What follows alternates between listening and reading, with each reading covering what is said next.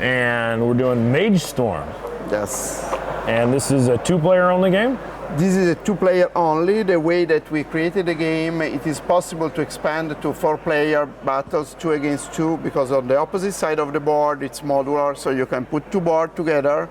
If you have 2 boxes, you can recognize the units by swapping the banner here, right and left. Yeah. So essentially you can combine 2 sets to make a larger game, and in the future, of course, we plan to have more games. But essentially, as most tactical battle games, battle is 2-sided affair. How long is the game, or how long is it? The game is about 1 hour to 2 hours, depending on the scenario. It's a scenario-based, so you have scenarios which may be shorter. How many scenarios are going to be shipped with it? There are 10 scenarios included in the game, and we're also creating a scenario editor to go on our website so that people can easily create, customize, and post their scenario. Okay, so the game is a fantasy battle game. The key thing here is that the magic is really powerful. That's what the main idea behind Magestorm is. We're tired about fantasy games where magic is not what it ought to be. Yes, something which shakes the battlefield, which makes the army cry and flee for fear. So it's here we really want the magician. Women are crying and babies are whatever. Okay, I got you. Yeah. So here we wanted the magic to be really strong. So essentially, in each scenario, you will be provided with an army, which is defined by a number of troop cards, which at the beginning of the game you will arrange in units, and 1 magician. There are 4 different magicians in the box. Here we see, for example, the druid and the fire mage. Okay. But there are 4 of them inside the box, so there are also possibilities of replaying the scenarios by changing the mages, so a lot of replaying possibilities. The combination of each mage with each army with 1 mage creates a completely different gameplay. So if you play the elf army, the Lausian, together with the fire mage, you will get a completely different situation on the battlefield that if you play the elf army together with the druid. Okay, so very neat. This is very important because the mage is really powerful. The way essentially the mage is like, in a modern battle, it's like your aviation and all your long-range artillery, strategic support to the army. So if he's not on the battlefield, he cannot win the battle himself. He needs the grunts in the battle to go and win the day. But so they cannot win without the help of their mage. The mage cannot win without them. So it's the combination which makes the situation stronger. So the very important element in the mage is that you will have to do some planning, some look ahead in terms of strategy. Because every turn you will receive a certain number of power points which are used to fuel your spells. Essentially, so you use these points to charge your spell. Then you must decide where to allocate these points by flowing them across the chart here. So there are there are limits on how many power points you can flow in each direction on the chart, which are shown in terms of dots here. You see, 2 dots means that I can only move 2 power points, no more, in this direction. Then, in the next turn, I will get more power points. The next turn, so they will flow out. Exactly. So sometimes you need more time to charge the more powerful spells. So the way the diagram is also essentially simplifies a lot, because you don't need to know that the forest is much tougher to cast than a tree walk. It's just a matter that the spell points needs more time to get there. Or for example, in the case of the elementalist, they can summon elementals, and if you wait and charge your spells more, the elemental becomes stronger.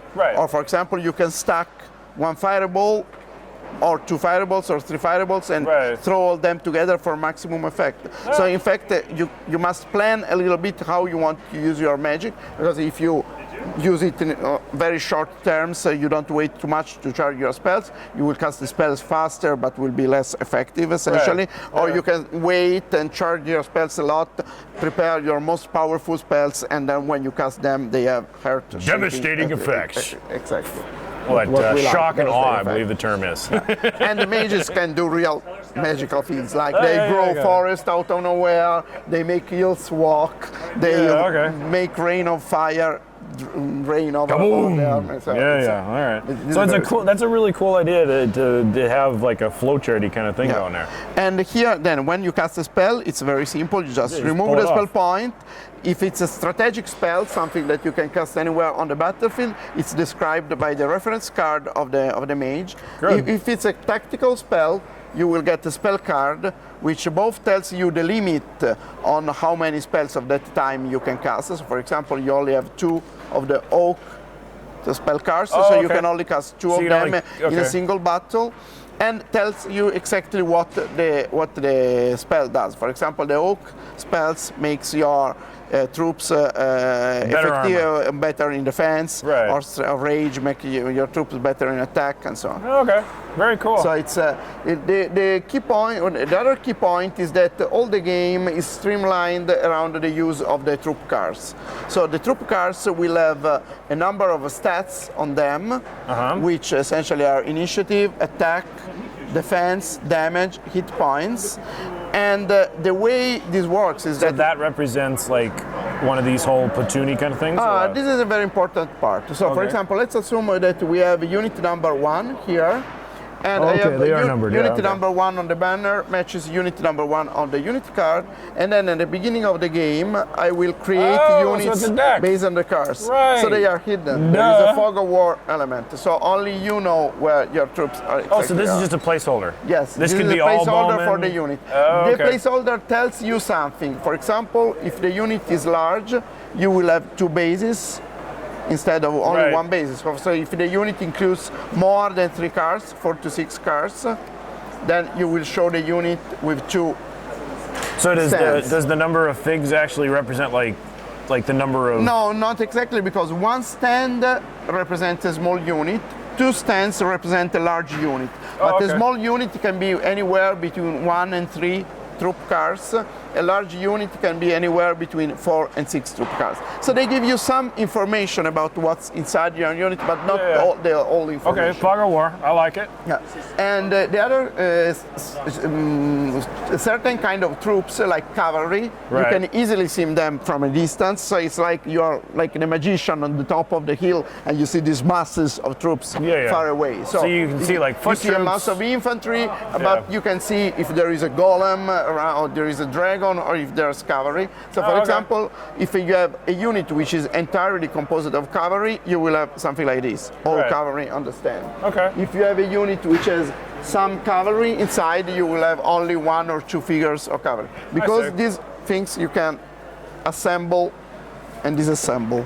You don't need to do disassembly a lot. Normally, almost you never change them during the game. But sometimes, for example, if you mix 2 units and it becomes part infantry, part cavalry, then you may want to change the composition of the stand. So there is this fog of war element, and in fact you only know what's inside an enemy unit only at the moment that 2 enemy units meet on the battlefield to fight, which is what all this game is all about. So only at that moment you will have first to show the opponent the first card in your battle line, because the order of the card in the stack of the unit matches the way they are fighting the battle. So you have an avant-garde, you have the troops which fight first, you have the reserve. So for example, in this case, this is the avant-garde. Then only the first 4 troops will fight in the first part of the battle, and the 5th or 6th troop will be the reserve and only step in the battle if you lose somebody from the first line. So first thing that you do, you show the first card. At this moment, the mages decide if they want to cast tactical spells, so you have some more information, but not the whole scene yet. Then, after you decide which spells you want to cast, so for example, you cast an oak spell to improve the defense, while, say, the fire mage could decide not to cast anything. Something, And then you reveal the lineup. If you were summoning a creature, for example, you would add a creature card inside. If you are fighting in a forest, the defender would add a forest card. So all is handled in a very streamlined manner using the cards. So the troops, the spells, the territory, the terrain, they are all represented by the same structure of the cards, so that you don't need to learn a lot of rules. You just need to look at the cards, their values, some special symbols, and they tell you the whole story about the battle situation. Very cool. Slick. Now, the game has some die rolling. Yay, dice. Not as many dice as some people would like. I like dice. But still dice. I like dice. Okay, so first thing, there is an engagement round where the two army clashes. And you will look at initiative, so essentially all the rolls are tests which are done in the same way. Right. You count all the values, you roll the die, you add the result of the die, and you compare the total. So for example, here I'm rolling 19, and you are rolling 4, 5, 6, 7, 8, 16. So I win the initiative, and I will attack first. Right. So if you attack, then you sum your attack value, roll die, the opponent roll against the defense, sums the defense, roll the die. If you go through, you inflict damage, of course, you will like damage. And the nice thing is that if you win the roll, you inflict always the maximum damage, which is shown on the card. Okay. But even if you don't win the roll, you will inflict some damage. That's so that there is no engagement which is without effect. Attrition, there will baby. be there's always some blood. Yeah. Blood. You don't want people to fight to get out without any blood. Yes, okay. So if you win the roll, you inflict the maximum damage, which is shown here. Otherwise, you inflict 2 points of damage anyway. Okay. If you eliminate enemy troops, in the engagement round, they are gone before they can fight back. Then the player who loses the initiative attacks. Then there is the melee step. Now, if you have some reserve, they can step in and enter the battle as well. And in the melee is a simultaneous clash, so that you assign all the damage and then you remove the troops. Okay. So in the end, it's very simple. The combat system is not complex because all the complexity is taken away from the cards. So you don't need to learn that the forest gives +4 to your defense and voids the initiative value, because that's just simply written on the card. That's cool. I like it. Yeah. The third and last very, very cool mechanic, which I feel this game has, is the way that command and control of the units is handled. This is a very important of every battle. There are games where you have perfect control, so you just send your troops anywhere you want them to go. Games which have limited control, say you have card-driven mechanics, which limits to what you can do. Here, the author developed a system where there is a limited control, but without any random element. How does that work? You have objectives on the board, and the objectives essentially are what you have told your troops to do. So like, okay, go and get this wood, go and get this hill, and your units will just look at the objective which is close to them and go there automatically. It's a little bit like a real-time strategy computer game. So click, and then they go. If you click in the wrong place, then you're in trouble. Now the troops would just go 1, 2 against the closest target, 1, 2, and move to the. So and if now, they're equal distance apart, they can choose. You can choose. Okay. And if you have multiple ways which are the same distance, you can choose. Now, what happens if suddenly the enemy comes on the opposite direction that you were expecting? And so you need to change the order. Now you have to spend strategic points. Strategic points are essentially the resource engine of this game. You have a certain numbers. The more disciplined the army is, the more strategic points you have. So you have a horde of orcs. You have 1 or 2 strategic points, so once you tell them go there, they will go there. They will not listen to anybody else, any different order. If you have a good army like the Kragis, the humans, or the elves a little bit less disciplined, you have 4 or 5 strategic points. With 1 strategic point, you can do essentially 3 things. 1, you can remove 1 marker from the game.